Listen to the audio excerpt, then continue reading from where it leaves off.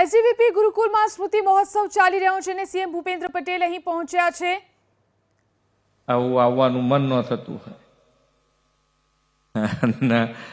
હવે આવવાનું થાય છે તારે આપની પાસેથી લેવાની જગ્યાએ જવાનો ટાઈમ થઈ.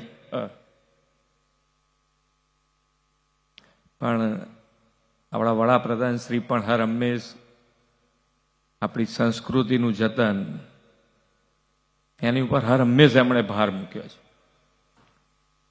અને સંસ્કૃતિનું જતન આપણે જોઈએ તો આપણને એમ લાગે કે આપણે અહીંયા જ્યારે ફરતા હોય, ગુજરાતમાં ફરતા હોય કે ભારતમાં ફરતા હોય ત્યારે ખબર ના પડે, ઓછી પડે કદાચ, પણ જ્યારે ફોરેન જઈએ ને ત્યારે આપણે હોતા હોઈએ.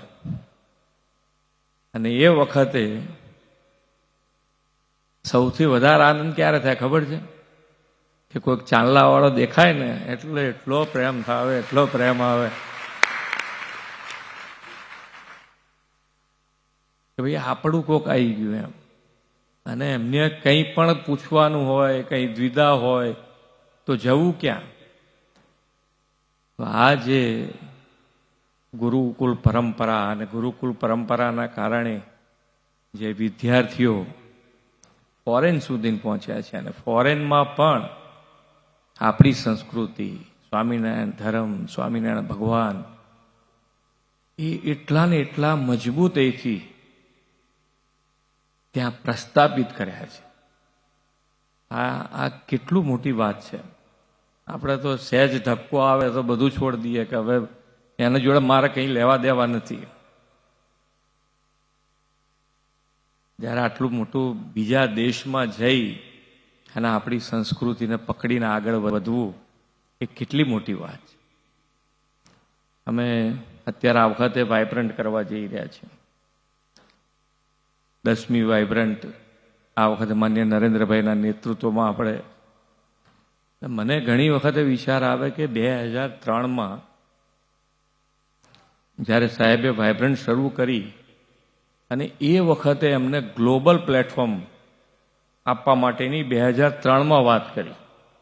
ગુજરાત રાજ્યના મુખ્યમંત્રી તરીકે 2003માં ગ્લોબલ પ્લેટફોર્મ આપી અને આ વાઇબ્રન્ટ ગુજરાતની શરૂઆત કરી. મને એમ વિચાર આવે કે એ વખતે કદાચ દેશ બી ગ્લોબલની વાત નહીં કરતો, એ વખતે માન્ય નરેન્દ્રભાઈએ આ ગ્લોબલની વાત કરી. એટલે એમનું વિઝન જુઓ, 2003થી એમનું વિઝન. અને આજે તમે જુઓ તો દેશ અને દેશનું ગૌરવ દુનિયામાં વધ્યું.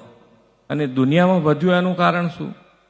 તો કે દરેકે દરેક કોઈ પણ દેશ વિકસિત દેશમાં જે બની શકે, જે થઈ શકે, જે કરી શકે એ આજે ભારત દેશ કરી શકે છે. હા, ગૌરવની વાત છે. અને કેટલા ક્ષેત્રે કેટલા મોટા રિવોલ્યુશન લાયા છે. આત્મનિર્ભર ભારતની વાત કરીને એમણે કેટલું મોટું રિવોલ્યુશન લાયા છે. આપણને એની ધીમે ધીમે ધીમે ધીમે ખબર પડે. હમણાં હું રણોત્સવ ગયો તો રણોત્સવમાં જે ધોરડોની વાત છે એ એમણે 2007માં કીધેલી.